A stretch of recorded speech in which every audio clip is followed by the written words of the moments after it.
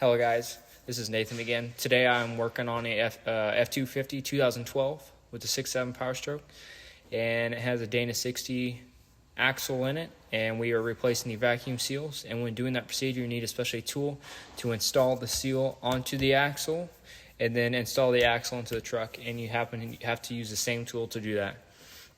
I reached out to Freedom Racing and they provided me a special tool, OTC 6697.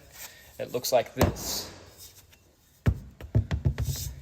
and this will work on the 250s and 350s, 2005 to newer. If you're doing the 450, 550, you will need a different tool. I believe it's OTC 6698. And watch the video and see how it goes.